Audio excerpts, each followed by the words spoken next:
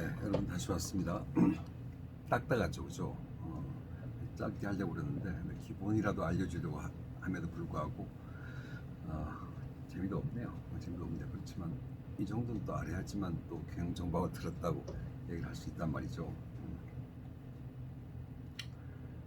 또 아는 만큼 보인다고 그랬으니까 여러분 유식에서 유능하게 만들기 위해서 말이죠. 내가 지난번에 그랬잖아요. 유식에서 유능으로 나가는 그 방법이 자신감이라고요. 여러분이 나중에 동영상을 직접 자료를 만들 때도 알지 모르겠지만 아는 만큼 보입니다. 동영상에서도 여러분이 자신감이 거기에 나타날 거예요. 자신감이 있으려면 많은 걸 찾아서 읽고 탐색하고 이해를 해야지만 뭐 10분, 15분짜리, 15분짜리, 10분짜리 그 동영상 만들 수 있을 겁니다. 내가 잠깐 뭐 이런 생각도 해봤습니다. 또 다른 이야기 잠깐 할게요. 딱딱하니까 데이터베이스 이야기하기 전에 이 이야기는 뭐 너무 널리 알려진 이야기지만 이건 내가 가지고 있는 또 생각이기 때문에 세상에는 똑똑한 사람도 있고 머리가 좀 둔한 멍청한 사람도 있습니다. 어쩔 수 없죠. 똑똑한 사람도 있고 머리 영리한 똑똑한 사람도 있고 멍청한 사람도 있어요.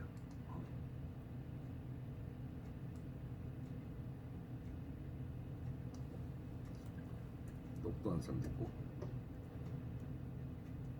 멍청한 사람도 있어요.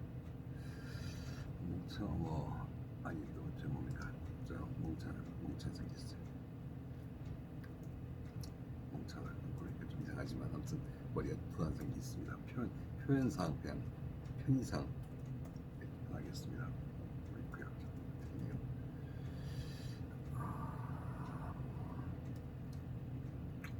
그 다음에 동시에 체질적으로 아주 부지런한 사람이 있고 그 다음에 게으른 사람도 있습니다. 이야기 들어봤을 겁니다. 그래서 그 네 개의 네 부류의 사람이 존재를 한다는 거죠. 네 부류의 사람이 존재를 해요.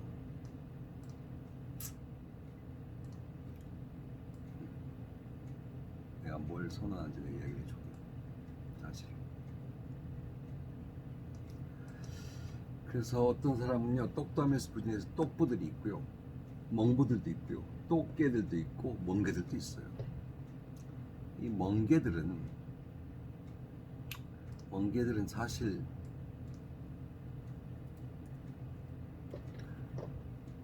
사회적으로 그렇게 기여를 못하죠.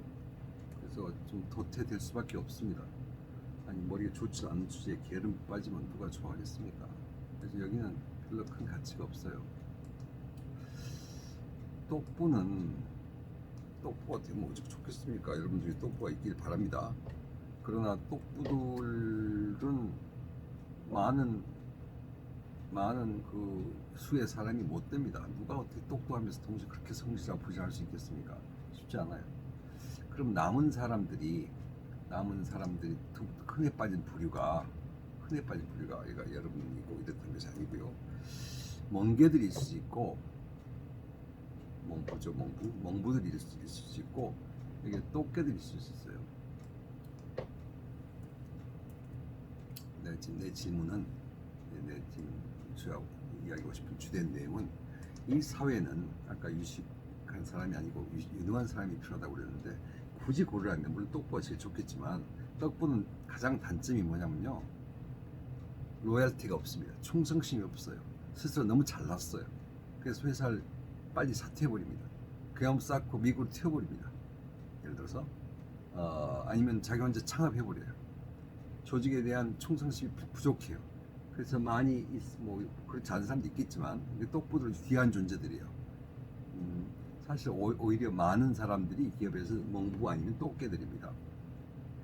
이 중에서 어떤 사람들을 우리 사회는 더 요구할까요? 게을러 빠졌어? 똑똑해? 멍청하지 마시고 부지런해. 여러분은 어떻게 생각합니까?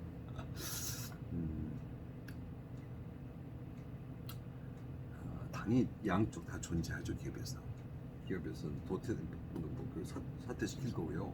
입사하더라도 이 사람들은 스스로 빠져나갈 거고요. 주로 이쪽 사람들이 줄을 이루거든요. 일반적으로 어떤 사람을 우리 사회인데 요구할까요? 기업에서 더 선호할까요? 사실은 이 둘만 놓고 본다면요. 사실은 정말 머리 아픈 친구도 이 친구들 아침에 일찍 출근해요. A도 받아요. 아 부장님 출근하십니까? 어젯밤 잘 주무셨습니까? 이 시키면 네 한단 말이죠. 멍부들 너무 성실하니까 쫓아내기도 미안해. 쫓아내기도 미안해. 똑개들은요 머리가 바짝바짝 돌아가요. 게으름도 부려. 근데 언제까지 뭐 하라 하면 딱 부러져 해내긴 해내요. 늘 바쁜 게 아니에요. 늘 바쁜 게 아니에요. 게을러요. 그렇지만 기대했던 바를 해내고 창의력을 갖고 상상력을 가질 수 있어요. 똑개들 똑똑하니까요. 그리고 자기 시간을 아껴 쓸 수 있는 사람들입니다. 이 똑기가 똑부가 되면 좋으련만 아니 좋지도 않아요. 똑부 되면 튀어나가 버린다니까요. 사표로 떠나버려요. 그 똑기가 더 귀중합니다. 사실. 여러분 굳이 멍게는 아닐 테니까 똑부가 좀 못 된다면 멍부보다는 똑기가 되기 바랍니다. 그 강의실에 학생 입장으로 보면요. 뭐 몇 번 한두 번 결석해도 괜찮아요. 늦잠 자고 못 나올 수 있죠. 그렇지만 시험 잘 봐요. 두뇌 머리가 있으니까 열심히 뭐 교수님하고 뭐 별 뭘 해본들 뭐 시험 못 봐요. 답답해요. 여러분 똑부가 되기 바랍니다. 그렇지만 굳이 둘 중에 하나 고르라면 똑기가 됐어요. 똑기가 이 사회가 훨씬 더 소중하게 여기는 존재들입니다. 맞습니까? 이 이야기를 유의하나 모르겠는데 아무튼 얼핏 그런 생각이 드네요. 자, 똑기가 됩시다. 똑기가 됩시다. 지금 이야기를 하면서 이제 우리가 데이터베이스 이야기를 할 차례거든요. 이 순서로 나갈 거니까 뭐 유서 얘기까지 할 건 없지만 데이터베이스 이야기와 통신 이야기 좀 하겠습니다. 데이터베이스 그러면 이 디스크 이야기를 하는 게 아닙니다. 디스크 가격 싼데 디스크 대해서 뭘 공부를 합니까? 기억 장치에 대해서 공부할 것도 없죠. USB 가격이 얼마 싸졌습니까? 여러분 USB 어떤 USB를 가지고 다녀요? USB 사이즈 보통 여러분 뭐 어떤 사이즈 가지고 다닙니까? 어떤 사이즈예요? 이거요. 뭐 얼마짜리인지 모르겠는데 64기가짜리예요. 이거 64기가면 제법 많은 거 담을 수 있어요. 동영상 자료만 많이 안 담는다면 64기가는 엄청나게 많습니다. 쓸 때는 영화를 담지 않는다면요, 뭐 64는 충분해요. 개인적으로 소장하고 다닐 정도 됩니다. 값이 얼마 싼데 이거 뭐 몇 푼 되지도 않아요. 가격은 날로 내려가지 않습니까? 그죠? 반도체 가격도 떨어지고 다 떨어져요. 다 떨어져요. 삼성이나 뭐 하이닉스가 이쪽 팔죠. 인텔, 모토로라, AMD가 주로 이거 팔아서 유명한 곳이죠. 그죠?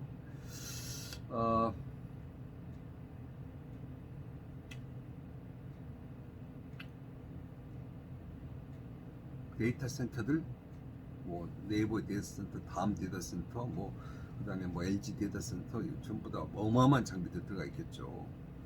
그렇지만 가격이 그렇게 많지 않습니다.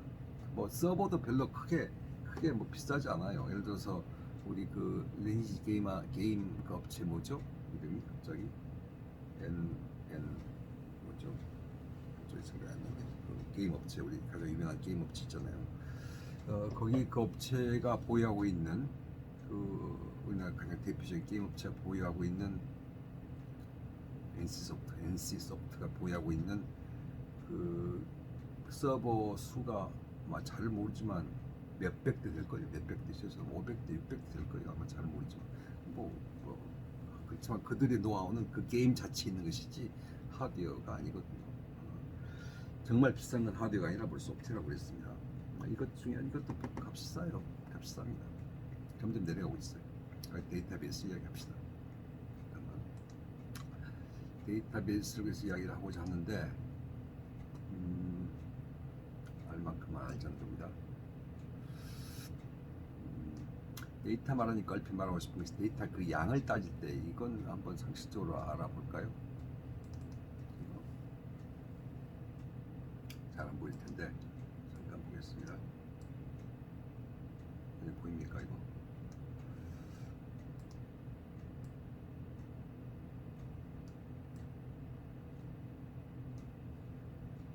네, 잘 안 보일지 모르겠네. 읽어주겠습니다. 우리가 흔히 말하는 1이 있고 10은 데카, 100은 헥토.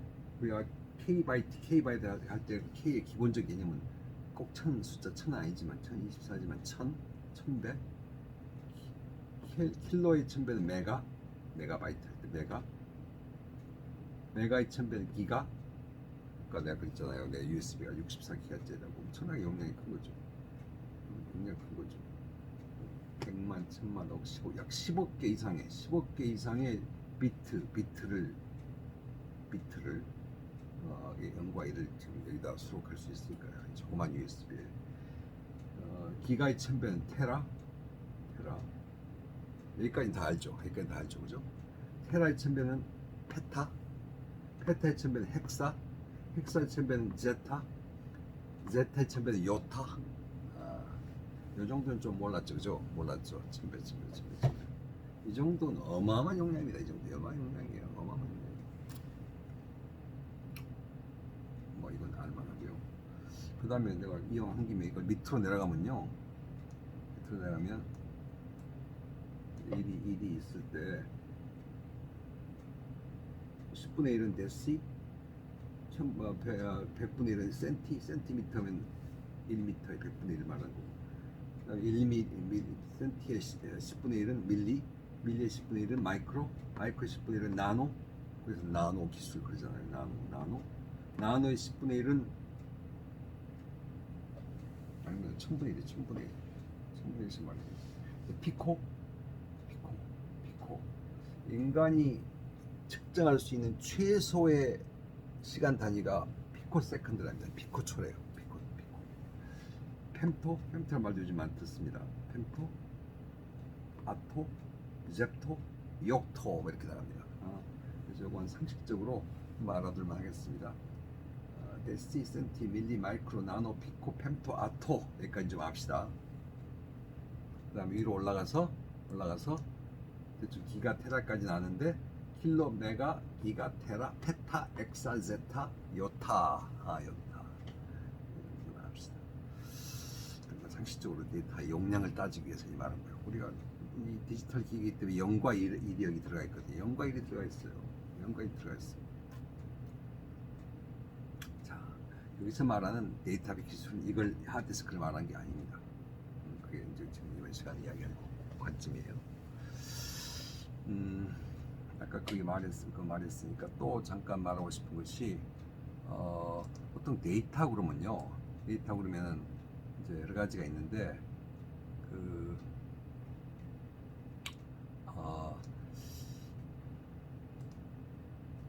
비트가 있고요. 잠깐 보겠습니다. 비트가 있고,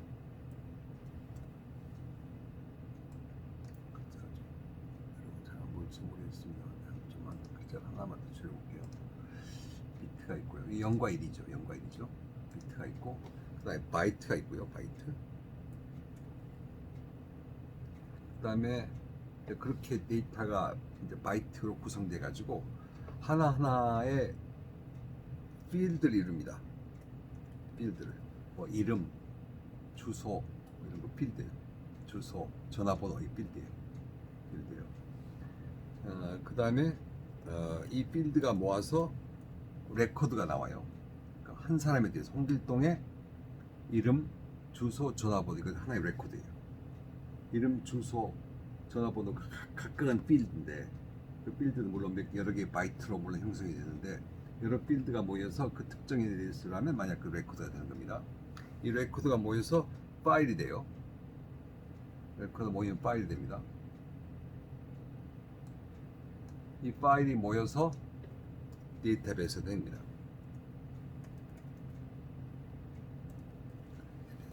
이렇게 이제 점점 사이즈가 많아진다. 그래서 여기서 말하는 데이터베이스는 그냥 데이터베이스, 많은 개인적으로 파일들이 모여진 것이다 이렇게 생각을 해도 되겠습니다. 그래서 이제 이건 상식적으로 할만하고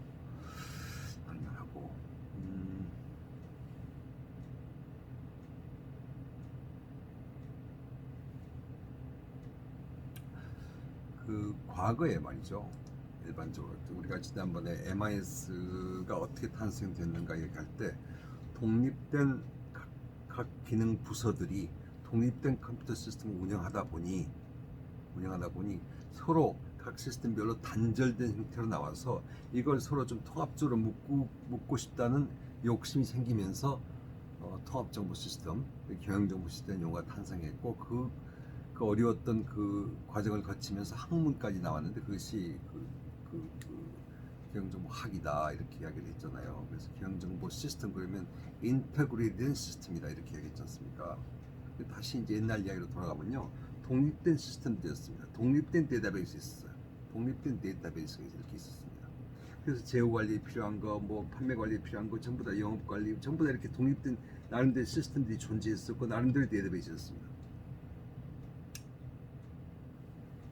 이거 보세요. 일반적으로 파일 시스템 그래요. 하나하나가 파일 시스템이라고 합니다. 파일 시스템이요. 파일 시스템 체제로 실제 정보 처리를 했단 말이죠. 그러다 보니까 문제가 생기기 시작했어요. 지난번 우리가 MIS 이야기할 때 우리가 가졌던 그 문제 의식은 뭐 경영진이 보기에 이 독립된 시스템들이 서로 연결돼 가지고 하나의 목소리를 좀 내주면 좋으련만 독자적으로 움직이니까 서로 연계가 안 된다. 그래서 생산 분야만 좀 같이 연결시켜보자 해서 MRP 뭐 1이 나오고 MRP2가 나오고 막 그랬다고 했잖아요. 그리고 그걸 통합적으로 바라본 시각을 갖자 그러면서 이제 이 MIS라는 개념이 탄생했고 MIS를 쉽게 구현할 수 있는 방법으로서 ERP 모듈들이 등장했고 뭐 그랬다고 했잖아요. 이제 그랬는데 그러다 보니까 단절된 시스템이 과거에 이용됐단 말이죠. 그래서 예를 들어서 어떤 사원이 특정 그 회사 사원이 공장에서 근무한다고 치죠. 공장에서 근무를 하는데 전화번호를 바꿨어요. 아니면 주소지가 옮겨졌습니다. 그래서 공장에 신고를 해요. 나 주소를 바꿨습니다 하고 인사과에 신고를 해요. 근데 인사과에서 이 본사 인사 파일과는 달리 따로 인사 파일이 여기 존재하는 겁니다. 이건 공장 시스템이고 이건 본사 시스템이고 한다면 지사 시스템이고 한다면 말이죠. 독자로 움직여요. 그래서 본사는 모든 사원들이 다 알고 있어야 되려면 그렇지 않고 이쪽엔 특정 그 회사원에 대해서 공장 직원에 대해서 주소지가 바뀌었는데 이쪽은 옛날 주소를 가지고 있다 그러면 똑같은 사람에 대한 주소가 두 개가 아주 다른 게 아니겠습니까? 일관성이 없는 거죠. 그건 큰 문제죠. 정확하지 않아요. 액큐트하지 못합니다. 그죠? 그래서 등장했던 그 여러 가지 개념이 우리 그러지 말자. 그러면 안 된다. 그래서 이제 그러면서 또 하나의 그 문제가 터져 나온 것이요. 잠깐 이거 지울게요. 그런 중이니까 지우겠습니다.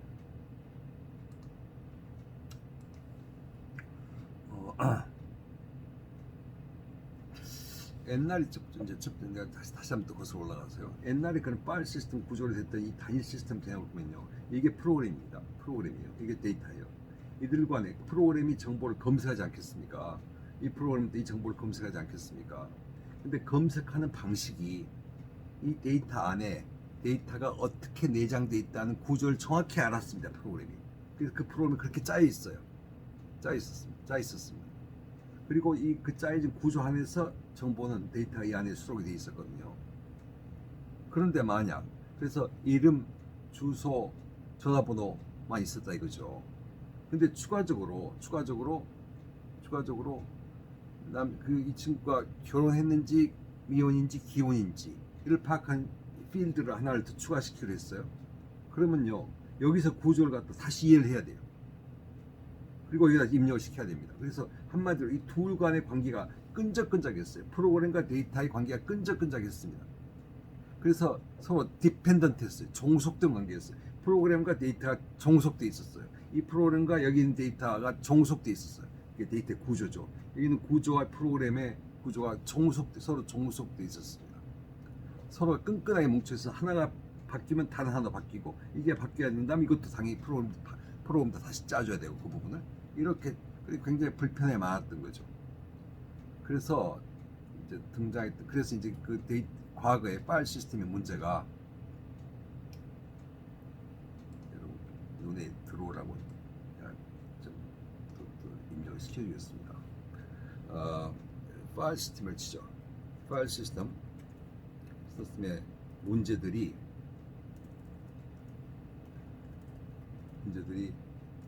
1번 데이터 디펜던스 이걸 보서 데이터 종속성이라고 합니다. 데이터 디펜던스. 그래서 데이터 인디펜던스를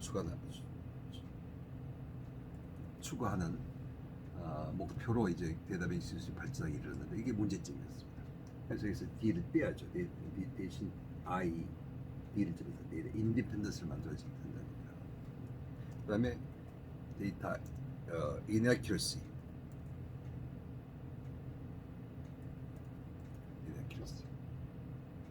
이런 게 이제 기본적 문제. 서로 정확성이 틀려요. 한마디로 inaccuracy 문제는 어디서 비롯되느냐? 데이터 redundancy입니다. 데이터 중복성, redundancy. 데이터가 redundant하게 중복되게 있다 보니까 결과적으로 inaccurate해진다. 부정확하다. 여기 있는 데이터가 이 데이터가 다르다는 겁니다. 왜? 또 하나의 문제는 서로 프로그램과 데이터가 서로 종속돼 있다. 이런 문제가 등장했어요.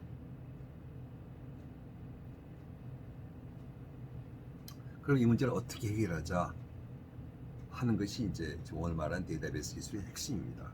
그래서 이런 문제를 해소시키기 위해서 데이터 인디펜던스를 추구하고 데이터 액큐러시를 찾고 그다음에 물론 또 데이터 인디펜던스의 굉장히 중요한 개념 중에 하나가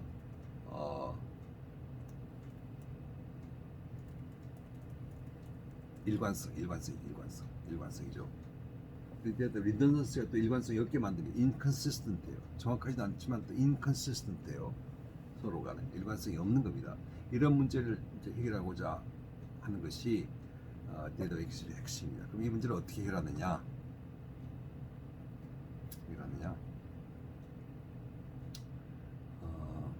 그래서 이 문제를 해결하는 방법으로서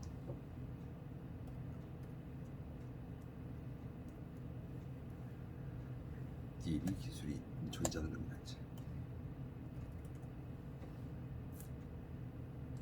존재하는 DB 기술, 하드웨어 디스크 기술이 아니라요. DB 기술이 존재한다는 거죠. 그래서 이것이 오늘 배운 핵심이다. 그럼 어떻게 하는 것이냐? 이거 대신에 하나의 데이터베이스를 놓고 이것들을 다 없애줘야 돼. 중간에 이것들을 별도로 이용하는 이 로컬 디스크 데이터베이스들 전부 없애고 모든 프로그램들은 통역관을 통해라. 디스크를 없애고 통역관을 통해라.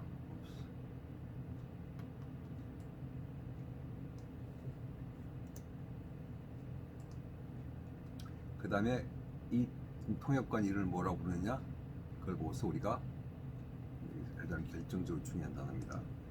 데이터베이스 매니지먼트 시스템 소프트웨어를 갖춰라. 데이터베이스 매니지먼트 시스템 소프트웨어가 필요하다. 데이터베이스 매니지먼트 시스템 소프트웨어가 필요하다. 이 데이터베이스 매니지먼트 소프트웨어가 모든 프로그램과 실제 데이터 사이의 중간에서 모든 통역 역할을 해주고 데이터베이스 실제 관리하는 중간 매개체가 되어야 된다.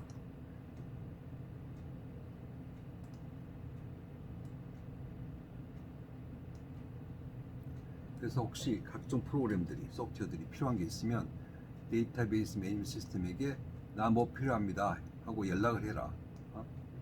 이야기를 하라.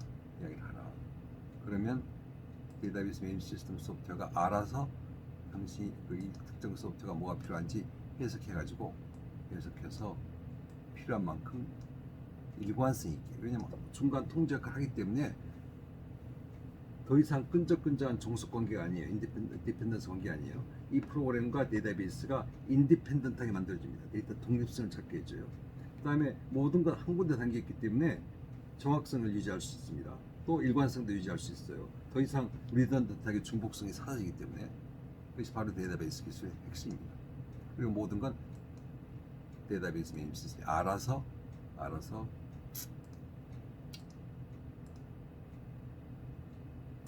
알아서 하겠다.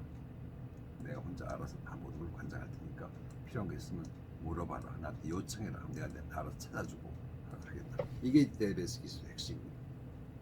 그래서 이 문제를 해소시키겠다는 겁니다.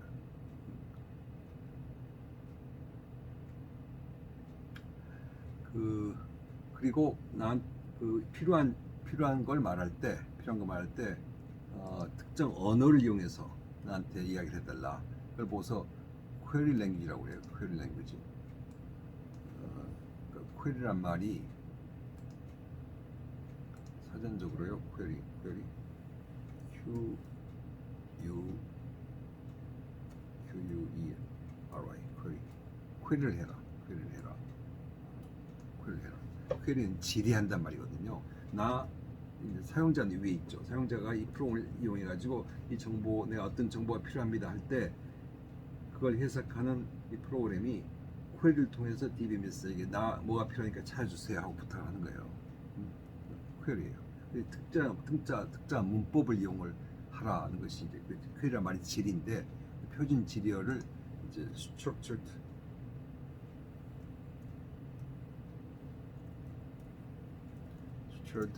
퀘리 언어를 사용하라고 했습니다. structured query language. 그래서 이걸 보면서 SQL 그러거든요. SQL. 그래서 SQL 여러분 혹시 뭐 네이버 붙이면 잔뜩 나올 겁니다. 여기에 대해서 한마디로 데이터베이스를 액세스하는 언어를 이용하는 거거든요. 그럼 DBMS가 알아서 해주겠다는 거예요.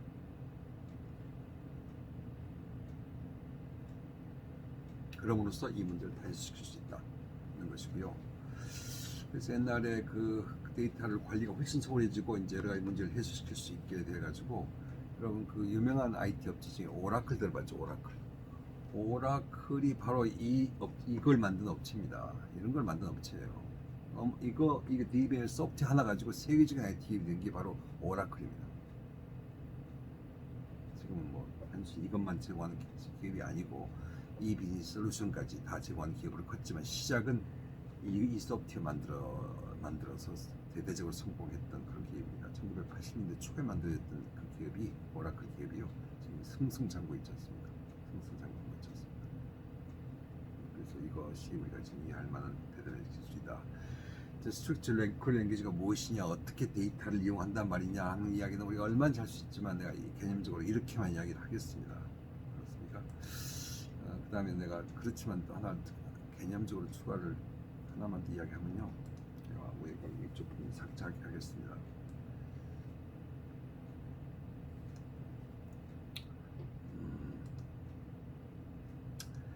문제는 이제 이런 거예요. 우리 뇌가요. 우리가 뭘 보거나 듣고 읽으면 이 안에 기억이 되잖아요.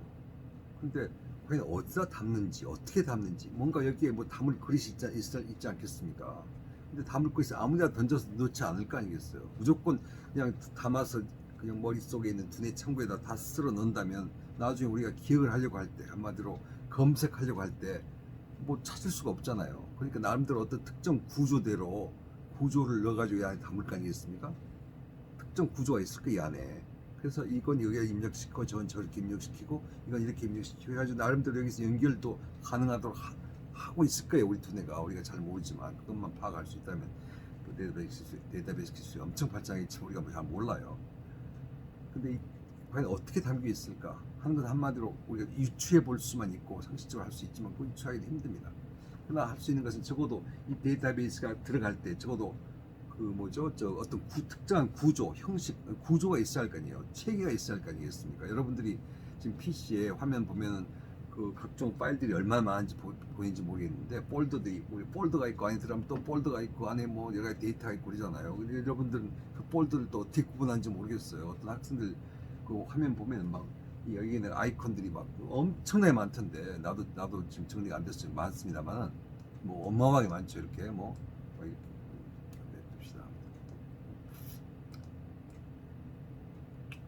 근데 그것도 특정 구조대로 여러분 나름대로 로직 갖춰서 각종 폴더를 만들고 지금 여러분 PC에 내장하고 있지 않겠습니까? 저장하고 있지 않겠습니까?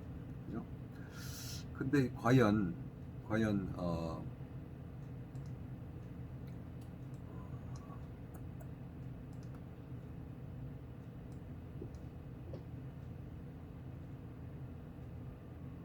거슬리까지 빼겠습니다. 그럼 구조, 그거 뭐 이제 데이터 수척처라고 합니다. 데이터 영어로 데이터 수척처가 구조를 데이터 구조는 과연 어떻게 됐을까? 이 바라본 시각이 일종의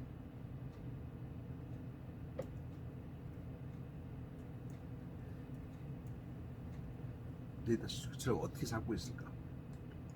데이터 스트럭처가 그래서 우리 컴퓨터 초창기에 데이터 스트럭처를 바라본 시각이 굉장히 다양했습니다. 가장 뻔할 뻔짜의 시각이요. 첫 번째가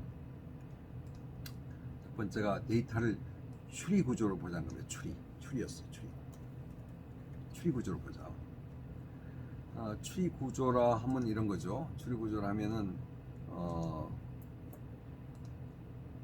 어떤 데이터가 이렇게 있으면 여기에 사람 이름이 있다. 그럼 여기에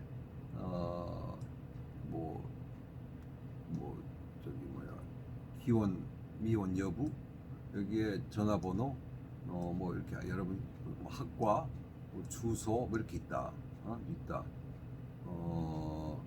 그다음에 뭐 가족, 여기 가족이라 칩시다. 뭐 이러면 이게 뭐 가족 밑에 무슨 뭐 또 뭐가 있다 이렇게. 이렇게 해서 한마디로 이걸 추리 형태로 본 겁니다. 모든 구조를 이런 식으로 보자. 추리 형태로 보자는 거예요. 추리 형태로. 이게 첫 번째 방법이었어요. 이런 형태로 알고 데이터베이스에 집어넣을 때도 그렇게 알고 그렇게 검색을 하자. 그래서 예를 들어서 특정 누구 어떤 사람이 전화번호를 알고 싶다 하면 이름을 쳐 들어가서 전화번호 이쪽으로 들어가서 정보를 검색하도록 하자. 컴퓨터 하드웨어 무식하니까 논리적으로 우리가 찾는 방법을 알려줘야 되지 않습니까? 그렇게 담아야 되지 않겠습니까? 그래서 추리 형식으로 보자고 그랬어요. 그래서 예를 들어서 좀 보면요, 여러분 좀 다리 봅시다. 이 학생 이름이라 치면 학생 이름, 학생 이름이 치고요. 이게 이름이 소속된 여기 학과를 칩시다. 학과. 아니면 지금 수강 중인 거 수강 중인 과목들. 통일 과목들. 그러면 수학적인 과목들 중에 지금 뭐 우리 이번 강의 포함해서 여러 가지 과목들이 있겠죠? 과목들이 있겠죠? 그러면 이 과목들을 가르치는 교수도 있을 거고요. 과목이 뭐 있을 거고요. 그럼 여기 이제 과목이 있을 텐데 그 과목이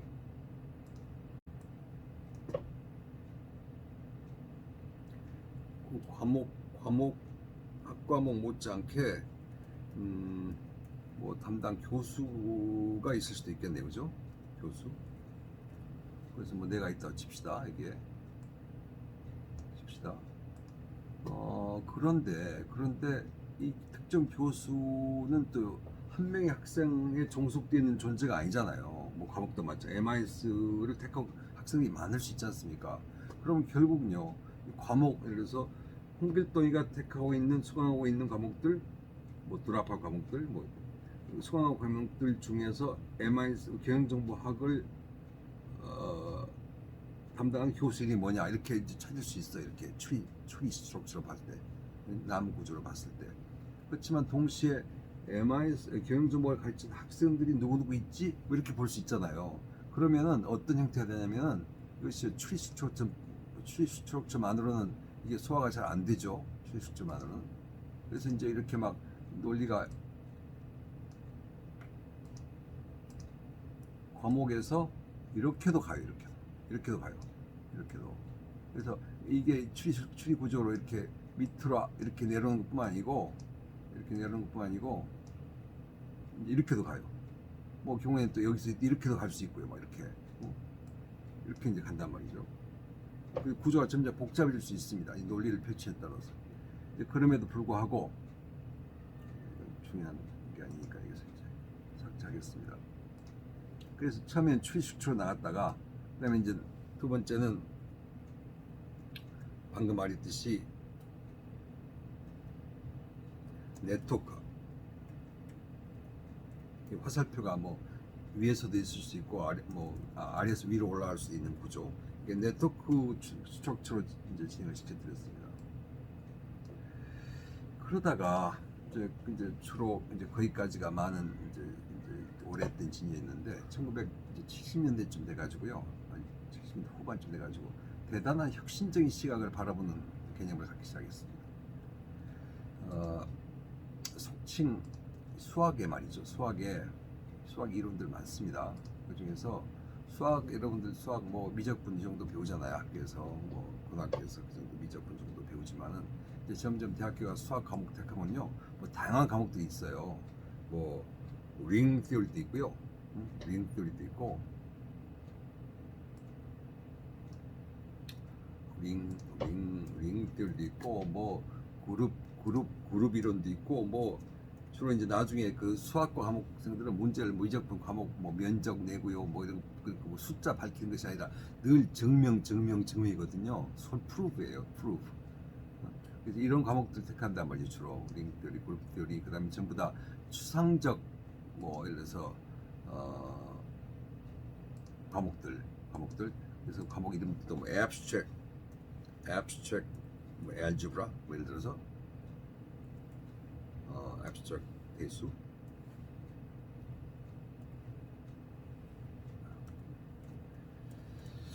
이런 과목들 택한단 말이죠. 중요하지 않지만 이런 과목들 택하는데 1970년대 후반에 아니 그 중에서 어떤 과목이 하나가 오래전부터 존재했던 또 하나의 과목이요. 그룹 티오리, 뭐 링 티오리 말고 중요했던 것이 relation theory 있었습니다. relation.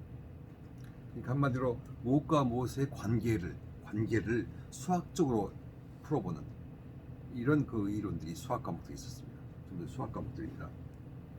고급 수학 과목들이요. 그래서 relational theory가 있었어요.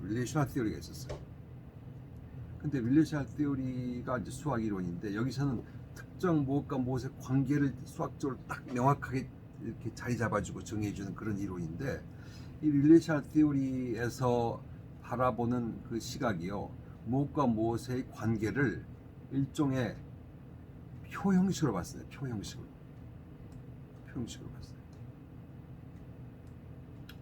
그래서 내가 이 표를 다 그리지 않겠습니다만 시간이 많이 지나니까 지나지 않겠죠. 그래서 이제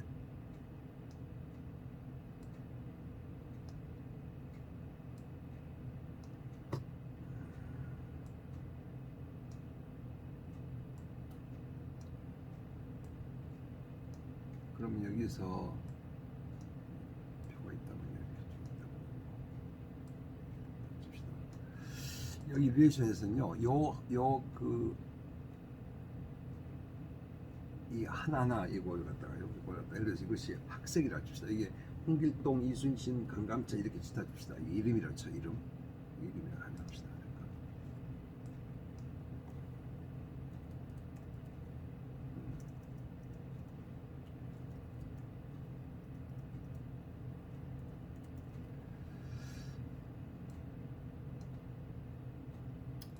이게 좀 복잡한 것 같아도 좀 그래도 알아들 만하고, 여기가 이름이라 칩시다. 주소, 전화번호 막 이렇게 칩시다. 그러면 이제 학생들 이름이 그래서 쭉 있고요. 홍길동, 강감찬, 이순신 쭉 있다고 치고요. 여기서 그래서 요 칼럼, 요 줄 있죠. 이 칼럼. 이것을 리레이셔널 이론의 용어로서 이걸 모아서 애트리뷰트라고 불렀습니다. 애트리뷰트.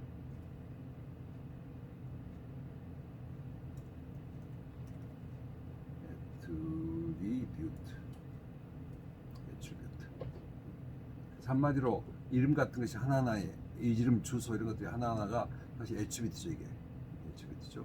그다음에 그래서 컬럼에 해당하는 것이 애트리뷰트고요. 요 줄에 해당하는 것이 일종의 우리말로 말하면 레코드죠. 레코드. 이 테이블의 하나의 줄, 해당하는 것을 뭐라고 부르냐, 여기서는 터플이라고 불렀습니다. 터플. 모르는 사람들은 튜플 그러는데 터플이라고 불렀어요. 그래서 각 애트리뷰트의 관계와 각 터플들의 관계, 뭐 이런 것들 다 명확히 그 관계를 수학적으로 증명했다 이거죠. 수학적으로. 그래서 그 이완한 방법을 구상했다 이거죠. 이걸 바라보는 정확한 명확한 시각을. 그래서 그렇게 오래된 수학 이론을 가만히 있자, 추리 형태를 보지 않고 네트워크 형태를 보지 않고 보지 않고 이걸 우리가 테이블 형식으로 보면 어때? 이거 테이블이거든요. 일종의 테이블이거든요. 이게 테이블 형식으로 보면 어때? 우리도. 그래서 데이터를 파일을 테이블 형태로 보자. 뭐 지금 우리가 생각하면 뻔한 것 같지만 말이죠. 그렇게 보자. 이렇게 시작을 했어요. 그래서 갑자기 테이블로 보는 것이 추리나 네트워크 형태로 보는 것보다 훨씬 좋다. 등장한 것이 바로 이 릴레이셔널 스트럭처입니다. 릴레이셔널 스트럭처.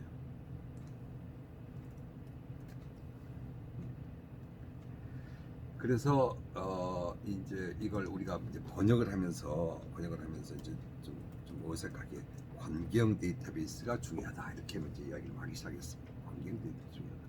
그래서 이제 모든 사람들이 우리 데이터베이스 매니지먼트 시스템이 관계형 데이터베이스 매니지먼트 시스템 릴레이셔널 관계형으로 물론 처리해야 돼. 이 데이터베이스 기술 기본적으로 관계형이어야 돼. 막 이런 이야기가 막 떠들기 시작했습니다. 그래서 1970년대 말에 80년대 초쯤 될까요? 80 후반에 IBM에서 근무하던 주로 데이터베이스 기술 연구하던 사람들이 떨어져 나와서 만든 것이 바로 오라클입니다. 그래서 오라클의 기업 이름은 처음에는요 오라클이 아니었어요. 상품명이 오라클이었고요. 데이터베이스 매니지먼트 시스템 소프트웨어 상품명은 오라클이었지만 기업 이름은 Relational Technology Incorporated였습니다. Relational Technology Incorporated가 바로 그 회사 이름이었거든요. 그래서 Relational Technology Incorporated가 만든 DBMS 소프트웨어 이름이 오라클이었거든요. 오라클이 너무도 선풍적인 인기를 끌다 보니까 이제 회사 이름도 오라클로 바뀌었죠. 지금은 그렇게 시작됐다. 그래서 데이터 스트럭처, 이 데이터를 간직하는 형식 구조가 있어야 되는데 그 구조가 중요하다. 그래서 모두가 릴레이션을 따진다. 뭐 이렇게 우리가 알고 그래서 릴레이션 언어로 릴레이션들 그래서 한마디로 이 안에 릴레이션을 비우는 이 안에 DB 안에 이 표들이 전부 있는 겁니다. 표들 조그만 표들이 릴레이션들이요. 잠깐만요. 이 안에 다양한 표들이 있다고 보는 겁니다. 표들이 이 안에 보는 겁니다. 그래서 이게 테이블인데요. 이게 테이블이에요. 한마디로 그걸 테이블 형식으로 보자는 거 아니겠습니까? 테이블 형식으로 보자. 한마디로 그 테이블을 여기서 우리가 쉽게 생각해서 테이블이라고 이름을 다 붙였는데 사실 테이블이 이 수학 용어에서는 이것을 그 릴레이션 이론에서 이거 하나하나 테이블을 릴레이션이라고 불렀습니다. 릴레이션 불렀습니다. 우리는 지금 이제 테이블이라고 이야기하고 있지만 그래서 내가 강조하고 있는 것은 테이블은 릴레이션은 애트리뷰트와 터플의 집합으로 이루어진 것이고 이거 하나가 파일이고 이쪽에 파일이고 이 테이블들을 담고 있는 그릇이 한마디로 릴레이션들을 담고 있는 그릇이 바로 릴레이셔널 데이터베이스다. 릴레이셔널 데이터베이스를 처리하는 로직은 릴레이셔널 DBMS 안에 들어가 있고요. 그래서 그냥 막연하게 우리가 릴레이션 이 DBMS를 잡고 우리가 경우에 따라서 이걸 갖다가 릴레이셔널 DBMS라고 할 수도 있습니다. 릴레이셔널 DBMS 할 수 있어요. 그래서 RDBMS라고 부르기도 합니다. RDBMS.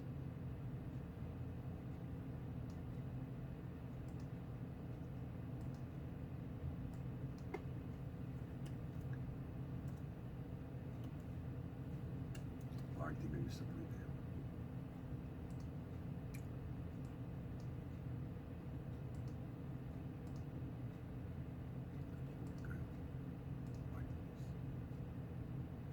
그래서 혹시 여러분이 RDBMS 용어를 혹시 만에 안 듣게 된다면 릴레이셔널 뷰로 보는 릴레이셔널 데이터베이스 말하는구나 하면 되고 결국 이것이 지금 오늘 이야기하는 결정적인 내용입니다.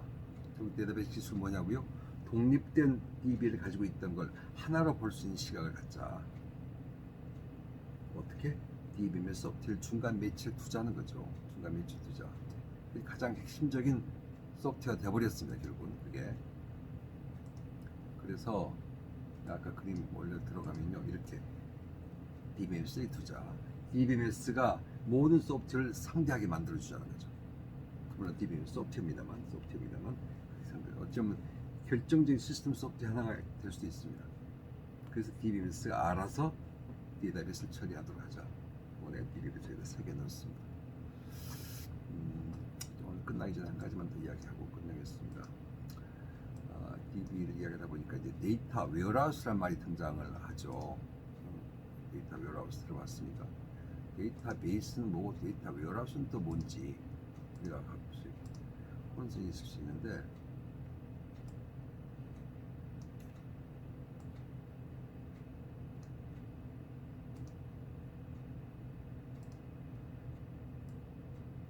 여기까지는 우리가 이해하고 넘어가야 됩니다. 그래서 잠깐 기다려보세요.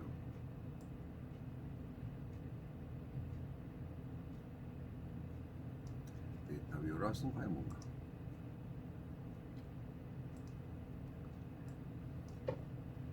데이터 웨어하우스.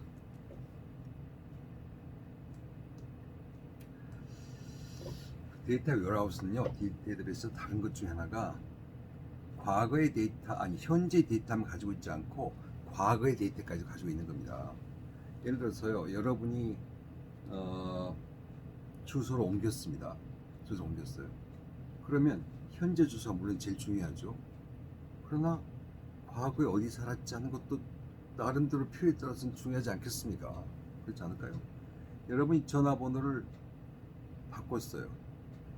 전에는 LG U 플러스 고객이었는데 이번에 SK텔레콤을 바꿨습니다. 그러면 SK텔레콤 고객이라는 그 자체만 중요한 것이 아니라 SK텔레콤 입장에서 이 사람 우리 고객이 아니라 이 사람이 바로 6개월 전에 LG에서 넘어온 사람이야 하는 것은요, 이 SK텔레콤 입장에서 굉장히 중요합니다. 왜 중요하냐고요? 이 사람이 또 언제 또 돌아갈지 몰라요. 아니면 또 다른 게이트 튈지 모릅니다. 그래서 이 고객은 현재 6개월 존속하는 우리의 고객이고 어디로 왔다는 걸 이해할 만해요. 과거의 데이터까지 간직하고 있는 거. 그래서 분석이 가능한 고객 데이터베이스라면 고객 한 명에 대한 한 명에 대한 특성을 이해할 수 있습니다. 특성을. 그래서 예를 들어서 우리가 지난번에 그 고객 지향적인 그 소프트웨어 중에 하나를 우리가 CRM이라고 불렀잖아요. CRM이라고. 그 CRM이 존재한다면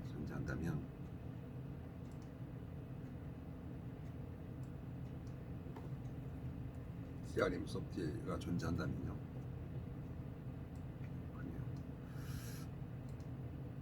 결국 데이터베이스를 액세스하는 것이 아니라 이 소프트웨어는 데이터 웨어하우스를 액세스합니다. 물론 CRM이 작동하기 위해서는 역시 이 DBMS로 가야 돼요. 그리고 DBMS가 여기서 데이터 웨어하우스를 액세스할 겁니다. 당연히. 그건 뭐 변함이 없어요. 그렇지만 CRM은 데이터 웨어하우스와 직결된 개념입니다. 그럼 여기서 소중한 고객에 대한 정보를 발굴하는 거거든요. 지난번에 이야기했는지 모르지만 어떤 임산부가 임산부 옷을 구매를 했다면 그 임산부는 몇 개월 후에 애기 장난감을 살 수 있는 가능성이 있잖아요. 그건 데이터베이스로는 나오지가 않아요.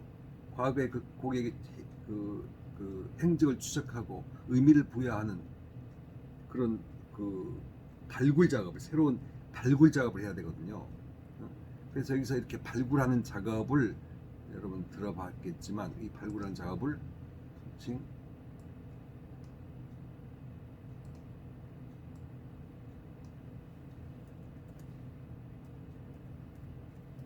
데이터 마인이라고 읽었습니다. 데이터 마인이라고 읽었습니다. 들어봤죠, 여러분? 그래서 그 이 세 가지 용어들이 서로 묶여서 돌아갑니다. 그래서 묶여 돌아가요. 그래서 다시 할게요. 데이터 웨어하우스에서 데이터 마이닝을 통해서 새로운 정보를 발굴해냄으로써 고객 지향적인 또 고객 한 명 한 명을 별도로 상대하고 특화된 서비스를 제공해 줄 수 있는 CRM이 가동 가능한 것이다. 그래서 CRM 데이터 마이닝 데이터베이스는 거의 이제 한 통 속에서 움직이는 그런 개념들이다. 그렇게 이야기를 하게 되겠습니다. 그래서 오늘은 데이터베이스의 이야기, 그다음에 릴레이셔널 데이터베이스의 핵심적인 이야기 이렇게 했고요. 그래서 여기까지가 이제 이 안의 내용을 대충 채웠다고 좀 이야기를 좀 할 수 있겠네요. 다음번에는 이제 우리가 통신 이야기도 한번 좀 해드렸는데 이 통신 쪽 이야기 좀 더 할 게 좀 남아 있고요. 특히 무선 통신 쪽 이야기 좀 하고 그럼으로써 IT에 대한 이야기를 좀 한번 합시다. 그래서 오디오 소프트웨어가 돼서 일단 끝냈습니다. 이거 50분 됐으니까 일단 끝내고요. 오늘 한 편 더 찍겠습니다. 통신 쪽 이야기를 끝내야 좀 될 것 같고 그래야지 우리 한 주를 마칠 수 있을 것 같습니다. 자, 멈출게요. 네.